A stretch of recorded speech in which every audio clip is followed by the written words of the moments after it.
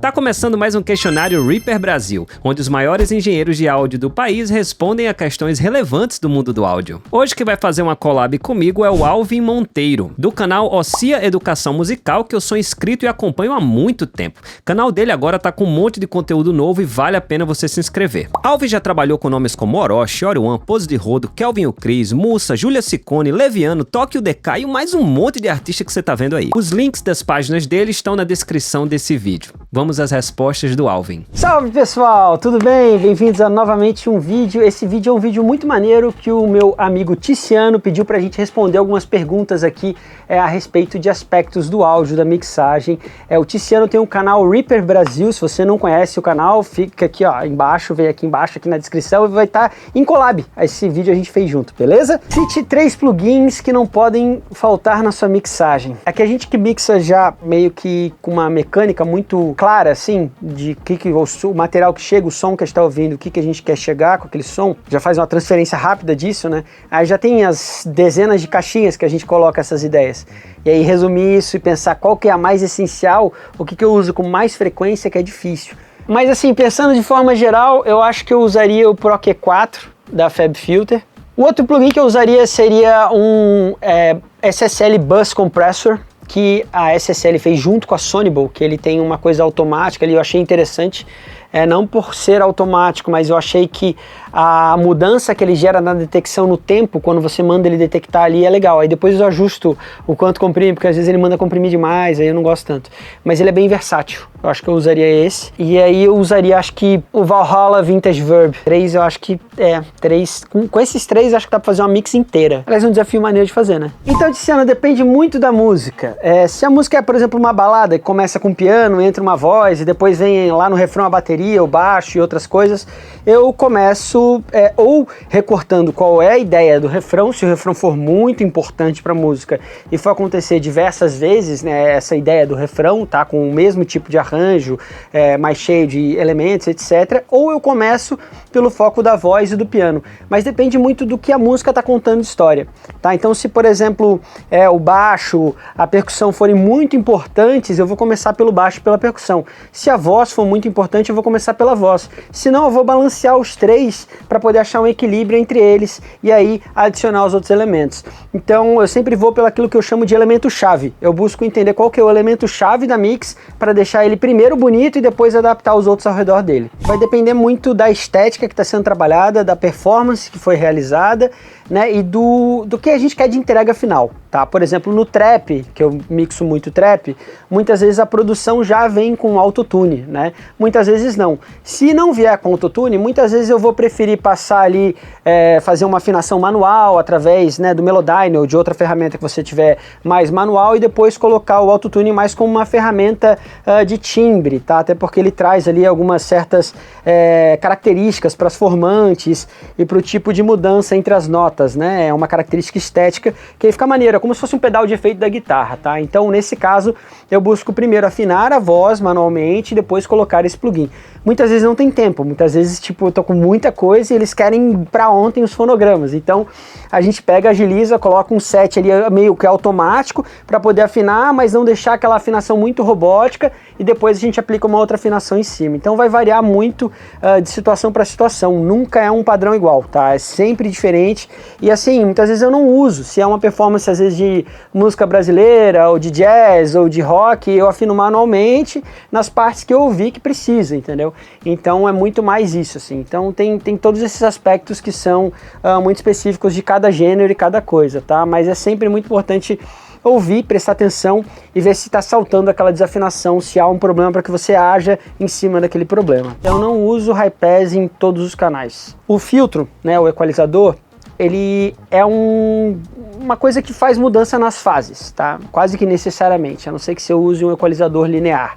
A gente já entra num papo bem técnico que vocês já acompanham o canal há um tempo, já conhecem, mas basicamente o high pass, o filtro de passa alta ou passa baixa, são os tipos de filtro né, geralmente, que mais geram ressonância e mudança de fase, atraso entre as frequências. Por exemplo, se eu boto um high pass, eu vou muitas vezes fazer com que o tempo do meu subgrave, grave, a depender do tipo de filtro, né, de equalizador, ele faça com que os graves e subgraves eles vão se atrasando mais em relação às outras frequências. Então eu causo uma mudança nas fases daquele material. E nem sempre eu quero aquilo, então às vezes eu quero só filtrar, então eu uso ele no modo linear e não coloco o high pass sempre, é muito do ouvido, às vezes eu coloco só um shelf para reduzir, né? Se tem um grave ali que está excessivo, está atrapalhando, e aí eu vou usar um shelf e mais tarde pode ser que eu use um high pass, mas em geral eu tenho evitado começar a mixagem usando equalizadores. Eu tenho começado a mixagem basicamente com compressão e controle da dinâmica e dos envelopes dos transientes, e a partir disso, quando é uma mixagem mais punch de bateria, por exemplo, eu já tenho ali um desenho de um balanço de frequência maneiro, principalmente quando está bem gravado, né? Quando está mal gravado, aí eu tenho que fazer uma edição prévia, e nessa edição prévia tem equalização. Mas na bateria eu gosto muito de fazer as correções de equalização com um equalizador linear. Então, não necessariamente eu vou usar um high pass sempre, entende? É muito do propósito. Muitas vezes, intencionalmente, eu uso um high pass, por exemplo, no bumbo, para atrasar esse grave dele. Eu gosto bastante do Gold da Acústica Audio. Eu uso ele no modo do 1073, que basicamente provoca uma ressonância, né, e um atraso das fases mais graves. Já num baixo, se eu tenho um baixo que precisa estar mais no grave, ali no 100, 120, 80 Hz, até 80 Hz, ou se ele está mais no subgrave, aí eu já vou usar abordagens diferentes, né? Mas muitas vezes eu coloco um high pass justamente para ele ficar um pouco mais tight, mais preso, né? E com um transiente mais definido. Então é muito da intenção que eu quero. Se o material já está assim, eu não uso. Se o material já está com um processamento, já está com um balanço tonal que está soando bem, eu não uso. Então é muito da demanda, né? Teclados, sintetizadores, guitarra e tudo mais também. Na maior parte das vezes eu escuto as referências bem. Muitas vezes eu vejo que eu consigo fazer uma coisa que eu acho que é melhor. E tento entender a ideia deles, né? Primeiro eu tento entender a ideia. A ideia de ouvir a referência é justamente essa, entender a ideia. Então nem sempre eu escuto, porque eu sei que às vezes os produtores eles não mixam, né? Muitos produtores mixam. Mas principalmente no meio do rap, a gente tem muitas pessoas que começaram só como beatmakers e começaram a se formar produtores no meio do caminho, ou ainda estão como beatmakers e gravam os artistas. Então nem sempre eu vou ouvir as mixagens guia e vou me seguindo por elas na mix. Às vezes o posicionamento da voz na guia está muito equivocado, o posicionamento de uma caixa, de uma snare ou de um kick. Eu tento entender a ideia aonde ele quis chegar, entendeu? Então eu observo muito também se nessa mix guia, nessa rough mix que a gente chama em inglês, né? Ela acaba sendo uma guia realmente ou só o que o cara conseguiu fazer, entendeu? Aí vai depender muito de cada produtor, se o produtor vai mixar bem, se ele consegue mixar bem ou não. E aí eu me guio ou não, entendeu? Então tem muito isso. Agora, se eu sei que o produtor ele é também engenheiro, que acontece às vezes, aí eu foco em ouvir bem essa guia. Por exemplo, o Ajax. O Ajax, quando me manda música para mixar, eu sempre presto atenção nos detalhes do que ele fez, porque ele mixa também. Então eu tento entender, o que ele fez aqui, que ele quis botar a voz aqui, ele quis botar tal elemento aqui e etc. Então eu pego essa orientação e vejo, isso aqui eu posso melhorar. Isso aqui eu posso botar uma distorção harmônica melhor. Isso aqui ele colocou um limiter no mix bus só para poder ficar alto e na verdade está saturando um pouco o grave ou está trazendo uma outra característica que não necessariamente eu acho que ele quis. Eu vou interpretando por conhecer ele também. Eu acho que isso também é muito importante, conhecer a pessoa que você está trabalhando para poder conseguir ter uma relação mais, assim, objetiva em entender o fazer artístico daquilo que está em questão ali, entendeu? Então isso é fundamental, mano, fundamental. Para mim não faz muito sentido você ficar checando em mono hoje toda hora, porque se você sabe que o material está no centro, que a fase está coerente, né, você sabe que você vai ter uma robustez, né, um punch, um centro ali na mix, um eixo ali que vai poder conduzir ritmicamente e no sentido de grave, de preenchimento de grave a música, tá? E colocar as coisas na cara também. Então, se você sabe que está acontecendo, você não precisa ficar lá checando, estéreo toda hora, estéreo toda hora. Até porque hoje tudo é estéreo, meu. O celular da Samsung, tu põe na tua frente, liga o Dolby Atmos e tá Dolby Atmos na sua frente acontecendo, entendeu? Então, tipo, não faz muito sentido hoje. Se o consumidor quiser consumir mono, ele que vai sofrer com aquela consequência, porque artisticamente eu não posso ficar me travando e nem travando ninguém por conta disso. Agora, tem que pensar que numa casa de show, por exemplo, se eu tiver muito material do grave, né, rodando abertão no estéreo, eu posso ter algum problema em alguns aspectos, né, muito material do subgrave, principalmente, né. Então é importante eu ter uma certa coerência, ou então eu vou perder peso, né, e esse peso eu vou perder as pessoas se movimentando, numa balada, numa coisa assim, tá? Então isso também é importante. O material que você quer colocar mais peso, o material que você quer que fique meio espalhado, sem tanto peso, e às vezes criando uma certa profundidade, né, na mix. Então isso tem muito a ver também com essa questão da correlação e da imagem estéreo, tá? E não é só através de stereo imager e coisa assim, às vezes equalizando, né, você vai mexer nas fases. Quando você mexe na fase do material, naturalmente ele sai um pouco do centro, se você tiver uma diferente da outra, ele vai sair do centro. E se você panear esses materiais, aí você vai ter um mais aberto que o outro. Quando você colocar eles no centro, você vai ter uma mudança do timbre deles, né? Enfim, então são várias características importantes, mas se você sabe disso, você não precisa ficar checando muito. E eu já né, tô mixando há um tempo, então eu acabo não checando muito em mono não, é bem raro checar em mono. Eu não sou um cara super editor, pra ser sincero, por dois motivos. O primeiro deles é que eu não suporto ter que ficar editando. Wesley, meu amigo, baterista, eu te amo, irmão, tu me ajudou muito nesse projeto PL, que em breve a gente vai mostrar aqui pra vocês. O Wesley ajudou muito a edição da bateria que a gente fez agora. Eu não sou um cara que gosta muito de editar bateria. Na verdade, eu não gosto de editar quase nada, assim. Eu não sou um cara muito bom de editar, porque eu já editei muito e eu não gosto de editar, cara. Eu não gosto de editar, não adianta. Eu edito, mas eu edito por necessidade, assim. Quando eu preciso que um som fique melhor, ou que eu às vezes vou conseguir usar uma técnica ou uma outra coisa ali específica, principalmente em vozes. Eu tenho bastante experiência editando voz, então eu ainda acabo editando voz assim com uma certa frequência. Mas bateria, eu evito ao máximo quantizar, só que eu preciso que a percepção do tempo esteja acontecendo. E vai depender muito também, de novo, da estética. Qual a estética que você está indo, né? Eu tô num jazz, então eu não quantizo bateria. Num jazz não tem como quantizar a bateria, vai ser maluquice, você vai acabar com a música. Né? Você quantizar a bateria, às vezes, num rock que é mais vintage, mais antigo, também vai meio que acabar. Agora, se é um rock moderno, meio esses rock anos 2000 ali, Nickelback da vida, tem que ser quantizadinho, entendeu? Então, assim, um troço meio gospel rock moderno, né, que é muito comum a galera fazer, também tem que ser mais quantizado. Vai depender muito da estética do público, do que o público precisa, entendeu? E assim, não é só o público, é artisticamente o que o artista quer dizer, entendeu? Às vezes ele vai querer inovar e falar, não, vai ser assim soltão mesmo, a bateria não vai estar certinha, perfeitamente no tempo, mas eu sempre evito colocar certinho no tempo, sabe, quantizar. Eu nunca pego e quantizo tudo, nunca faço isso. Eu tento ver o que está muito distante, mexer só naquilo. E outra, então eu sempre evito usar essas ferramentas de Elastic Audio, né? Seja o ARP do Ableton, ou o Elastic Audio do Pro Tools, ou do Studio One, enfim, de pegar e esticar o áudio, assim, né? Eu sempre prefiro cortar e colocar de uma forma que fique bacana. Mas o mais importante é o ouvido, o mais importante é o ouvido. Se tá soando no tempo, tá no tempo. Né? Não importa se no grid lá tá mostrando, tá fora do tempo, não importa. O que importa é o ouvido. Sempre acredite no seu ouvido, é o mais importante. Pra mim não é, mas pro artista é. Pro mercado é.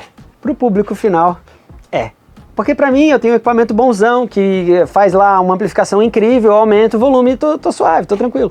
Agora pro usuário final, que não tem essas condições de amplificador, né, que é em nível profissional, mais 4, etc, etc, etc, ele tem que muitas vezes estar com a música autona para ele poder ouvir uma música atrás da outra autona, sem ele precisar, né, fazer isso. Então em muitos casos é muito importante, em muitos gêneros está alta a mix, né. No caso que eu trabalho com rap, trap, pop, eu sempre masterizo alto, sempre masterizo alto. Masterizo alto, eu tô falando menos 7 lufs, né, e dependendo da parte da música vai para menos 5 no Momentarily, né, que a gente tem essa escala de LUFS, né, que é Loudness Unit Full Scale, tá, que se você não sabe disso, vão ter vários vídeos aqui no canal que falam sobre isso, você pode checar eles todos, e basicamente eu me preocupo sim nesse aspecto, mas mais por conta dessa comunicação. Muitas vezes eu escuto as masters que eu fiz e eu percebo elas como produto artístico não melhor que as mix, mas necessária para o mercado, entendeu? Porque você tem que deixar num nível de loudness que o mercado abraça, entendeu? Não quer dizer que eu pioro as músicas na hora de masterizar, não é isso. Eu tento manter toda a base, toda a origem, toda a estética que a mix tinha, e aí eu deixo ela mais pronto para o mercado. Os artistas adoram, os produtores adoram, eu que muitas vezes fico pensando, mas está muito comprimida essa bateria, mas às vezes é para ficar comprimida mesmo e a minha estética, meu ouvido é o outro, entendeu? Então é muito muito importante entender isso, esse ponto. O que é da sua comunicação para o público e o que é aquilo que você está fazendo artisticamente. Eu sempre tento agregar artisticamente ao fonograma durante o processo de master, sem perder essa essência, né, do que está na mix, mas também preparando ele para rodar em qualquer dispositivo muito bem, com grave, médio, agudo, balanço de tudo, entendeu? E precisa soar competitivo, porque se a pessoa sai de uma música e está com a normalização lá do Spotify ou de qualquer coisa desligada e vai para outra, ela vai perceber uma variação de volume e isso vai te atrapalhar e vai atrapalhar o trabalho do artista, enfim, é sempre importante fazer isso. São muitos canais de reverb e cada música eu mudo muitos reverbs. Eu sou a pessoa que eu tenho 27 reverbs diferentes que eu uso com frequência. E, por exemplo, nesse projeto do PL, que é com banda gravada, que vocês vão ouvir em breve, tem uns reverbs que eu fiz que são específicos para aquele projeto. São mudanças de reverbs que eu já tinha. Então eu uso muito impulso response dinâmico, uso muito o Echo Chambers da Capitol, né, do Capitol Studios, uso o Ebony da Acústica Audio, uso o Valhalla em 4, 5 modos diferentes, enfim, cada um tem uma função. Os reverbs são universos de significado, assim, artísticos, né? Então, por exemplo, assim, você está falando aqui, um instrumento ele entra. Você pode ver aquela música Me Dá Sua Mão do Pose? Que eu mixei, no final, parece que ele tá falando assim, na beira de uma montanha e tal, falando assim, grande, um reverb enorme e tal, porque justamente esse reverb que eu fui adicionando foi para causar essa dramaticidade no final da música, entendeu?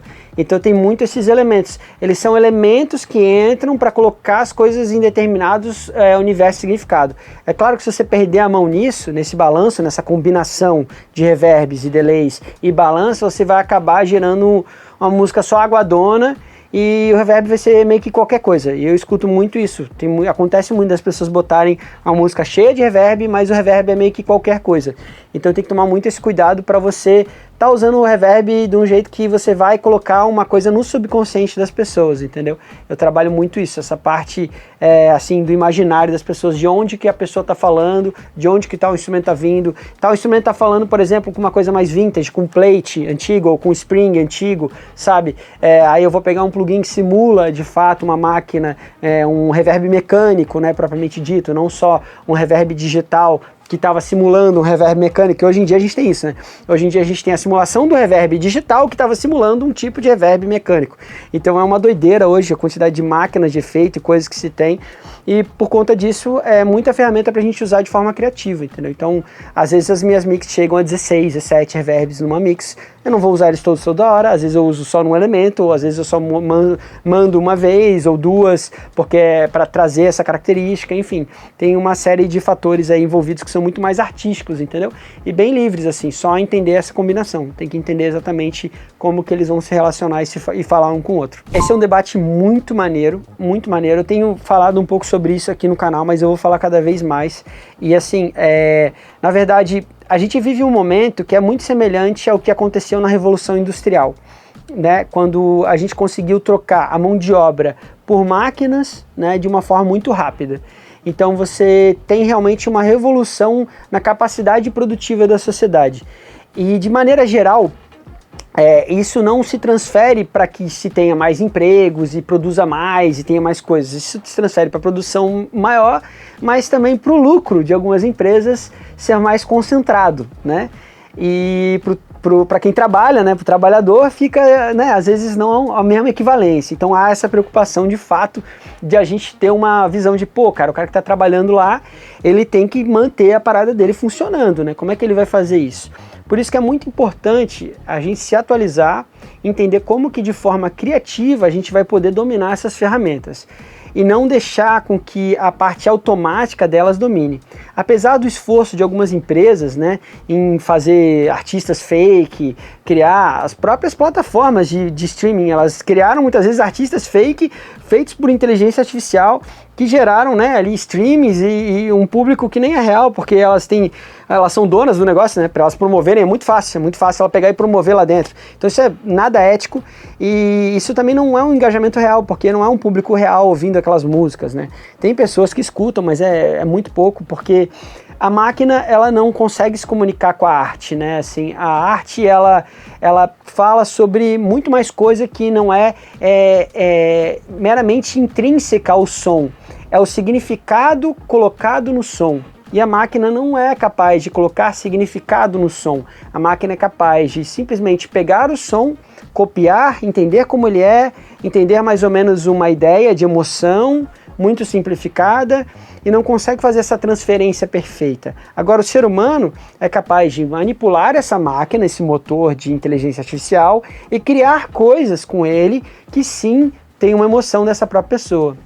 Recentemente a gente lançou um vídeo aqui falando, eu mostrei como eu faço a produção no Suno, ele está aqui em cima, só você conferir nesse card aqui em cima esse vídeo, que vai ser bem maneiro você poder entender mais ou menos como você consegue usar a ferramenta criando música e trazendo uma visão artística sua para o som. Então é uma questão ética, muito importante de se pensar, e a gente tem que entender que deve ser sim proibido criar artistas que são feitos artificialmente, criados não por uma pessoa que cria música atrás, mas que cria um artista na IA, joga lá no Spotify, aí cria as músicas com prompt, sem nada musical, nada feito ali, e só vai jogando as músicas lá no Spotify e deu. Então isso tem que ser proibido. Isso aí realmente é imoral e antiético e também não vai ser um engajamento real. Não é um engajamento que as pessoas vão ter com aquele artista, isso não acontece.